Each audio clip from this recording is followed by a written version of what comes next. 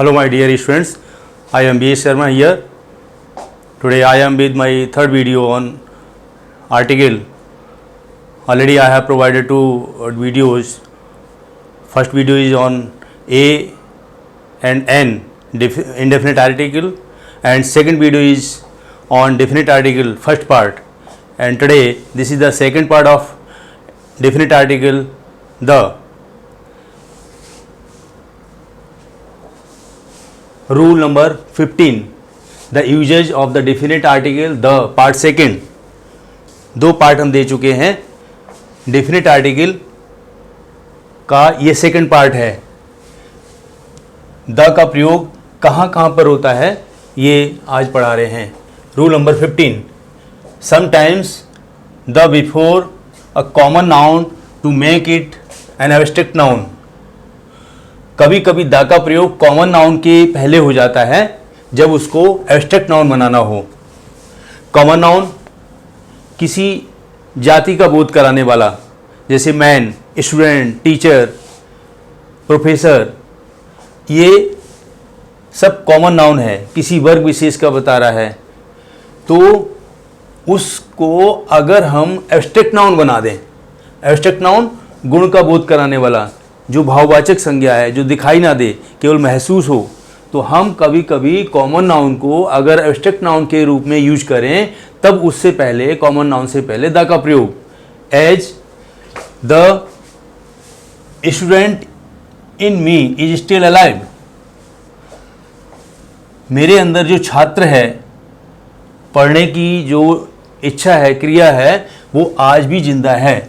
तो जो पढ़ने का गुण बताया गया है, यहाँ स्टूडेंट का मतलब एकदम छात्र नहीं है, लेकिन जो छात्र का गुण है, पढ़ने की जो क्रिया है, गुण है, उसको भाव है, उसको हमने एब्स्ट्रैक्ट बनाया हुआ है. यहाँ पर स्टूडेंट को, कॉमन नाउन को, वैसे स्टूडेंट कॉमन नाउन है तो कॉमन नाउन को यहाँ एब्स्ट्रैक्ट नाउन बनाया हुआ है, इसलिए इससे पहले द का प्रयोग. Second, at last the warrior in him was thoroughly aroused.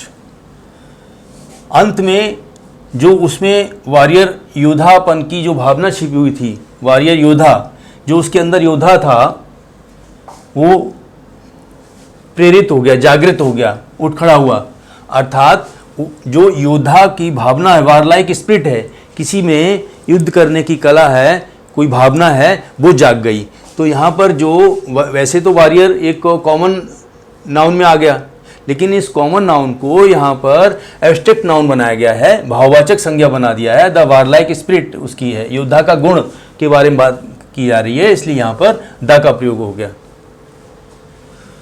Rule number 16, before A proper noun when qualified by an adjective और ए डिफाइनिंग एडजेक्टिव क्लॉज. अब प्रॉपर नाउन के पहले द का प्रयोग, जनरली ये पढ़ते आ रहे हैं कि प्रॉपर नाउन जो व्यक्तिवाचक संज्ञा होती है, जिसमें किसी का नाम होता है, उसके पहले जनरली द का प्रयोग नहीं होता, लेकिन कुछ कुछ जगहों पर द का प्रयोग होता है. तो कहाँ कहाँ पर होता है वो इसमें डिफाइन किया जा रहा है द वाले चैप्टर में. तो ऐसे प्रॉपर नाउन से पहले द का प्रयोग जब वो किसी एडजेक्टिव के द्वारा क्वालिफाई किया जा रहा हो, मतलब किसी एडजेक्टिव के द्वारा उस नाउन की, प्रॉपर नाउन की विशेषता बताई जा रही है, और ए डिफाइनिंग एडजेक्टिव क्लॉज या फिर एडजेक्टिव क्लॉज के द्वारा बताई जा रही है. एडजेक्टिव क्लॉज होता है वो जो क्लॉज का जो छोटा वाक्य होता है, वो उसी प्रॉपर नाउन की विशेषता बता रहा होगा. जैसे कि द लेट मिस्टर गांधी, स्वर्गीय महात्मा गांधी जी. महात्मा गांधी जी कैसे हैं? स्वर्गीय हैं. ये एडजेक्टिव है, तो उससे पहले द लगा हुआ है. The immortal Shakespeare, Amar Shakespeare, तो वो शेक्सपियर कैसे हैं? अमर हैं, इमॉर्टल हैं. तो इमॉर्टल एडजेक्टिव का काम कर रहा है यहाँ पर, इसलिए उससे पहले द का प्रयोग. ये वैसे प्रॉपर नाउन है. शेक्सपियर, खाली द शेक्सपियर नहीं होगा, खाली द महात्मा गांधी नहीं होगा, लेकिन उनसे पहले एडजेक्टिव लगा हुआ है लेट यहाँ, और यहाँ इमॉर्टल, तो ये एडजेक्टिव लगा हुआ होने की वजह से यहाँ पर द का प्रयोग पहले. Next, mister Roy whom you met last year is my uncle. Mister Roy, जिनको आप पिछली साल मिले वो मेरे अंकल हैं। अब यहाँ पर ये whom से who, whose, whom, that, which, when, where, why, इनसे एडजेक्टिव क्लॉज शुरू होती है। तो एडजेक्टिव क्लॉज भी नाउन का उसका विशेषता बता रहा है। वो मिस्टर राय कैसे हैं? वो मेरे अंकल हैं जिनको लास्ट ईयर आप मिले। मिस्टर राय जिनको आप लास्ट ईयर मिले वो मेरे अंकल हैं। तो ये जो whom you met last year, ये विशेषता बता रहा है मिस्टर राय की, एक स्पेशलिटी बताई जा रही है। तो इसलिए मिस्टर राय से पहले द का प्रयोग हो गया, क्योंकि ये एडजेक्टिव क्लॉज लगा हुआ है। तो ऐसे एडजेक्टिव क्लॉज से पहले जो, या एडजेक्टिव से पहले जिससे पहले नाउन आया हुआ हो, प्रॉपर नाउन आया हुआ हो, और उस प्रॉपर नाउन को एडजेक्टिव या एडजेक्टिव क्लॉज क्वालिफाई कर रहा हो, विशेषता बताया जा रहा हो, ऐसे प्रॉपर नाउन से पहले द का प्रयोग। मिस्टर राय से पहले, एम गांधी से पहले लेट लगा होने पर, इमॉर्टल शेक्सपियर से पहले द लगा होने पर। Rule number 17, with ordinals written in letters. Ordinal क्या होते हैं? ये मैथ में, गिनती में ऑर्डिनल्स क्रमवाचक संख्याएं, जो गिनती क्रमवाचक होती है, जैसे पहला, दूसरा, तीसरा, चौथा, पांचवा, 1 2 3 4 5 नहीं, क्रमवाचक में छठवां, सातवां, आठवां ऐसे करके, तो उनको ऑर्डिनल कहते हैं। ऐसी क्रमवाचक संख्याएं अगर लेटर्स में लिखी हुई हैं तो उनसे पहले भी द का प्रयोग। He is the first man to arrive, वह पहला व्यक्ति है जो आया, आने वालों में पहला व्यक्ति है वो। तो ये पहला, दूसरा, तीसरा भी बताया, तो इससे पहले द का प्रयोग क्या है? First is the ordinal number, before ordinal number we should use the definite article. The 9th lesson of the book is very good, book का 9th लेसन, 9वां अध्याय, 9वां पार्ट बहुत अच्छा है। तो जो 9वां है, 9वां नंबर है, दैट इज ऑर्डिनल। 9th से पहले द का प्रयोग। Rule number 18, before musical instruments, अगर कहीं म्यूजिकल इंस्ट्रूमेंट्स आ रहे हैं तो उनसे पहले भी द का प्रयोग हो जाएगा। He can play the flute, वो फ्लूट को बजा सकता है। तो फ्लूट म्यूजिकल इंस्ट्रूमेंट है, उससे पहले द का प्रयोग। Rule number 19, before the dates of a month, किसी महीने की कोई तारीख बताई जा रही है तो उस तारीख से पहले भी द का प्रयोग। जैसे the 2nd of January, 2 January, the 4th of April, 4 अप्रैल। तो ये द का प्रयोग 4th से पहले, 2nd से पहले, क्योंकि महीने की डेट बताई जा रही हैं, इससे पहले द का प्रयोग। Rule number 20, before the names of professions, कोई प्रोफेशंस बताए जाएं, व्यवसाय बताए जाएं, उनसे पहले द का प्रयोग। जैसे द प्रेस, जहाँ अखबार छपता है, प्रेस। द पोइट, कवि। The writer, the bar.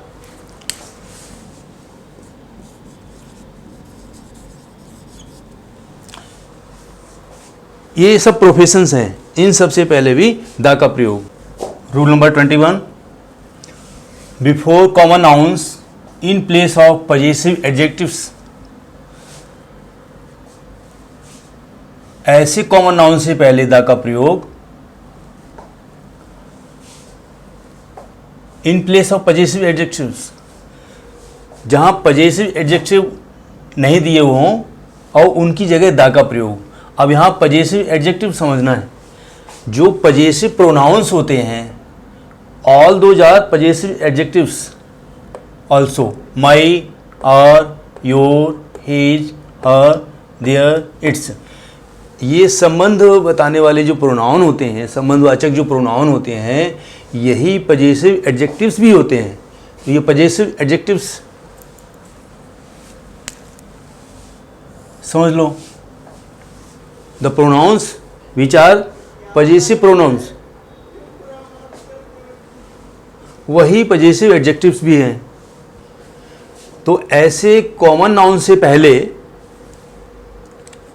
भी प्रयोग करना है द का, जहाँ पजेसिव एडजेक्टिव ना दिए हुए हों उनसे पहले द का प्रयोग। क्या है? Sometimes before common noun there is no possessive adjective. कभी कभी कॉमन नाउन से पहले पजेसिव एडजेक्टिव नहीं होता है। The is used in place of possessive adjective. तो पजेसिव एडजेक्टिव के पहले या उसकी जगह पर, पजेसिव एडजेक्टिव की जगह पर द का प्रयोग कर देते हैं। एग्जाम्पल में समझ में आएगा, he hit the boy on the head. उसने बच्चे के सिर पर मार दिया। तो ये हेड यहाँ कॉमन नाउन है, इससे पहले द का प्रयोग कर दिया इन प्लेस ऑफ हिज। यहाँ ऑन हिज हेड है, एक्चुअली ऑन हिज हेड होना चाहिए, तो हिज की जगह द का प्रयोग हो गया। He hit the boy on the head. उसने बच्चे को सिर पर मार दिया। तो हिज की जगह द का, ये हिज क्या है? पजेसिव एडजेक्टिव है, इनमें से है। तो पजेसिव एडजेक्टिव की जगह पर द का प्रयोग कर देते हैं ऐसे कॉमन नाउन से पहले भी। दूसरा है the he pulled the boy by the tail. Again tail से पहले द का प्रयोग कर दिया इन प्लेस ऑफ इट्स। यहां पे बाई इट्स टेल की जगह पर द का प्रयोग कर दिया। ये पजेसिव एडजेक्टिव हटा हुआ है, ये दिस इज पजेसिव एडजेक्टिव। ये हिज, इट्स, ये पजेसिव एडजेक्टिव है, इनकी जगह पर द का प्रयोग हो गया। उसकी पूंछ पकड़ करके उसको खींचा, तो बाई इट्स की जगह, बाई इट्स टेल की जगह बाई द टेल हो गया। ऑन हिज हेड की जगह ऑन द हेड हो गया। वही सेंस निकल रहा है। Next, before common nouns in the sense of the same. ऐसे कॉमन नाउन से पहले द का प्रयोग जहाँ सेम का अर्थ निकल रहा हो, वही व्यक्ति, वही चीज़, वही जगह, वही वस्तु। This is the man the police wanted. ये वही व्यक्ति है जिसको पुलिस चाह रही थी, खोज रही थी। This is the boy book I was looking for. ये वही किताब है जिसको मैं तलाश रहा था। तो वही के सेंस में बुक से पहले द, वही के सेंस में यहाँ the. Before common nouns in the sense of the same. Same के सेंस में अगर कहीं है तो ऐसे कॉमन नाउन से पहले भी द का प्रयोग। यहाँ पुलिस से पहले, यहाँ बुक से पहले। Before common nouns used as apposition to proper nouns. ऐसे कॉमन नाउन से पहले जो प्रॉपर नाउन के अपोजिशन में प्रयोग किए गए हों। अब ये क्या चीज़ होती है? अपोजिशन टू प्रॉपर नाउन समझना होगा पहले। क्या है apposition to the proper noun? जैसे Patna the capital of Bihar. Patna तो इसमें प्रॉपर नाउन है, किसी जगह का नाम है, किसी व्यक्ति का नाम है, किसी वस्तु का नाम है, वो सब प्रॉपर नाउन में आ गए। पटना तो जगह का नाम है। अगर सिटी होता तो कॉमन नाउन हो जाता। अब पटना की ही यहाँ पर विशेषता बताई गई है, दूसरी पहचान बताई गई है, तो ये पटना का apposition to the proper noun हो गया। पटना के बारे में ही फिर से यहाँ पे बताया गया है। वो कैसा है? The capital of Bihar, Bihar की राजधानी है। तो the capital of Bihar apposition to the proper noun Patna है। ये होता है apposition to the proper noun. Next, Gandhi the fighter for freedom. Suppose sentence हो आगे, वॉज ए लॉयर। गांधी स्वतंत्रता के जो योद्धा थे, वो एक वकील थे। तो गांधी जी ये प्रॉपर नाउन हुआ, नाम है, ये व्यक्ति वाचक संज्ञा है। और यहाँ पर ये जो द फाइटर फॉर फ्रीडम है, ये इन्हीं के बारे में बताया रहा है। तो ये apposition to the proper noun है, इसे कहते हैं apposition to the proper noun. इससे पहले द का प्रयोग। Before common noun used as apposition to the proper noun. ऐसी कॉमन नाउन से पहले जो अपोजिशन टू प्रॉपर नाउन हो। अपोजिशन है प्रॉपर नाउन का, ये कॉमन नाउन के रूप में आया हुआ है, द कैपिटल ऑफ बिहार, क्योंकि ये जगह का नाम तो नहीं हुआ, एक जगह है तो वो कॉमन नाउन में चला गया। जैसे सिटी बताया, the capital of Bihar common noun हुआ, the fighter for freedom common noun हुआ, और ये दोनों अपोजिशन टू प्रॉपर नाउन है। प्रॉपर नाउन पटना और Gandhi ji. Before nouns showing weights measures rates age, ऐसे नाउन से पहले जहाँ मेजरमेंट बताया जा रहा हो, नाप तोल वेट वजन बताया जा रहा हो, रेट बताए जा रहे हों किसी चीज़ के, वहाँ पर भी द का प्रयोग। जैसे silk is sold by the metre, silk metre के द्वारा बेची जाती है। तो जो मीटर है ये मेजरमेंट है, मेजरमेंट से पहले द का प्रयोग। Eggs are sold by the dozen, अंडे दर्जन के हिसाब से बेचे जाते हैं। तो ये जो इनका रेट है डजन, डजन से पहले द का प्रयोग। Before noun showing weight measure rate, ये चीज़ें अगर बताई जा रही हैं तो उससे पहले द का प्रयोग। Rule number 25, in some idioms as be in the air, play the fool, be on the air, कुछ इडियम्स होते हैं उनमें भी द का प्रयोग हो जाता है। जैसे इन द एयर, इडियम्स में अर्थ कुछ अलग निकलता है कई जगहों पर। इन द ईयर, कुछ काम जल्दी होने वाला है उसके बारे में। Play the fool, be on the air, on the air radio पर टेलीविज़न पर प्रसारण होने वाला है। तो इस तरह से तीनों इडियम्स में द का प्रयोग देख रहे हैं। तो कुछ इडियम्स में भी द का प्रयोग होता है। द का प्रयोग कहाँ कहाँ होता है ये हम लोग आज फिनिश कर रहे हैं पढ़ करके। Rule number 26, before few little plus noun plus adjective clause.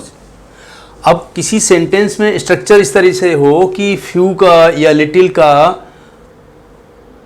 प्रयोग किया गया हो, फिर नाउन हो प्लस एडजेक्टिव क्लॉज हो। एडजेक्टिव क्लॉज की बात आए तो अभी हमने बताया था, वो माइंड में आ जाना चाहिए कि एडजेक्टिव क्लॉज ऐसा छोटा वाक्य होता है जो उससे पहले आया हुआ है, जो नाउन उसकी विशेषता बताएगा, और who, whose, whom, which, that, when, where, why से शुरू हो रहा होगा वो सेंटेंस।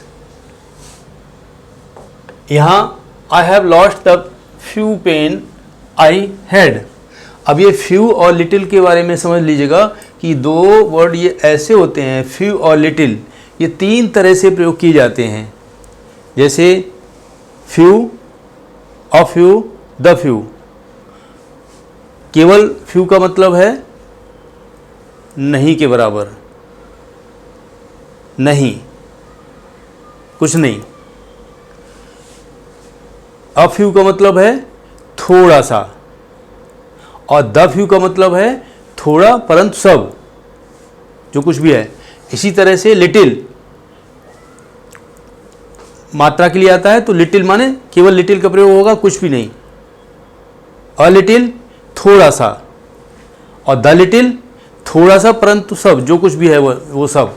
तो यहाँ पर द फ्यू का मतलब, द लिटिल का मतलब थोड़ा सा लेकिन परंतु सब, जो कुछ भी था। अब इसका अर्थ, I have lost the few pen I had, मैंने वो पेन खो दिए जो कुछ भी मेरे पास थे। I have lost the pen, few pen, मेरे पास कुछ पेन थे लेकिन जो कुछ भी थे सब खो गए। She has spend the little money she had, उसके पास जो कुछ भी पैसा था वो सब खर्च दिया उसने, अब कुछ नहीं बचा। द लिटिल थोड़ा परंतु सब, द फ्यू थोड़ा परंतु सब। तो ये स्ट्रक्चर है कि बिफोर फ्यू और लिटिल, ये फ्यू और लिटिल से पहले द का प्रयोग, प्लस नाउन है, नाउन में ये पेन और मनी, ये नाउन हो गया, और plus adjective clause. Adjective clause यहाँ पे विच आई हैड, अंडरस्टूड है, विच यहाँ पे विच शी हैड, विच का प्रयोग नहीं किया गया है, मतलब ये एडजेक्टिव क्लॉज आगे दिया हुआ है। आई have lost rule number 27, before noun plus adjective clause. अभी एडजेक्टिव क्लॉज हम समझा चुके हैं अच्छी तरह से। नाउन से पहले जहां प्लस एडजेक्टिव क्लॉज दी हुई हो वहां पर द का प्रयोग, जैसे the gold he bought is not pure, यहां पर भी छिपा हुआ अंडरस्टूड है। एडजेक्टिव क्लॉज का कोई भी वर्ड जो ज्वाइनिंग वाला होता है, कनेक्टर दिया नहीं है, दिखाई नहीं दे रहा है, लेकिन अंडरस्टूड है the gold which he bought is not pure. सोना जो उसने खरीदा वो शुद्ध नहीं है। तो यहाँ पर गोल्ड से पहले द लग गया बिफोर नाउन, क्योंकि एडजेक्टिव क्लॉज है आगे।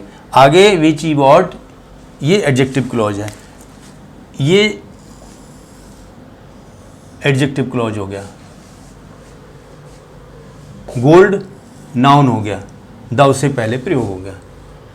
Rule number 28, before definite objects places as.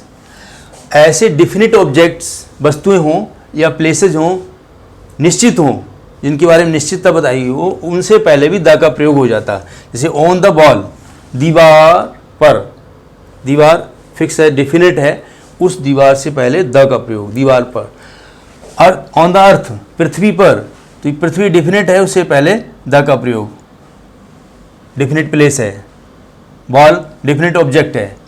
In the field, ये डिफिनिट प्लेस है, डिफिनिट प्लेस से पहले द का प्रयोग। इन द मॉर्निंग, सुबह में, तो ये डिफिनिट है मॉर्निंग का टाइम, उससे पहले द का प्रयोग। आज dear students, the definite article का सेकंड पार्ट पूरा होता है। हमने 3 वीडियोज़ में बहुत अच्छी तरह से डिटेल में समझाया है।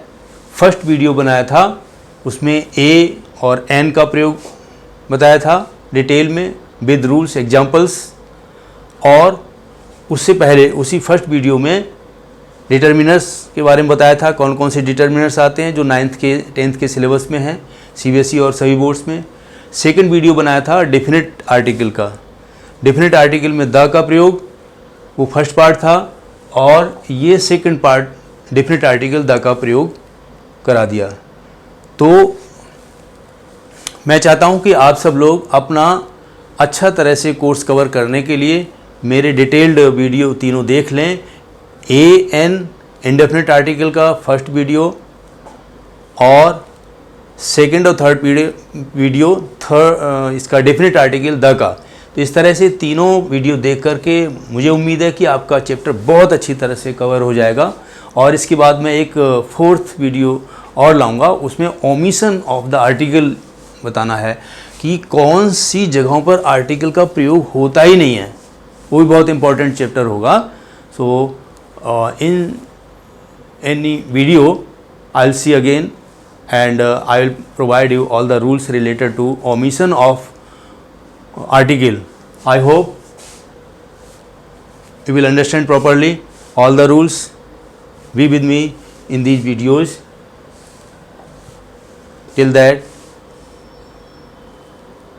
be happy. Thank you.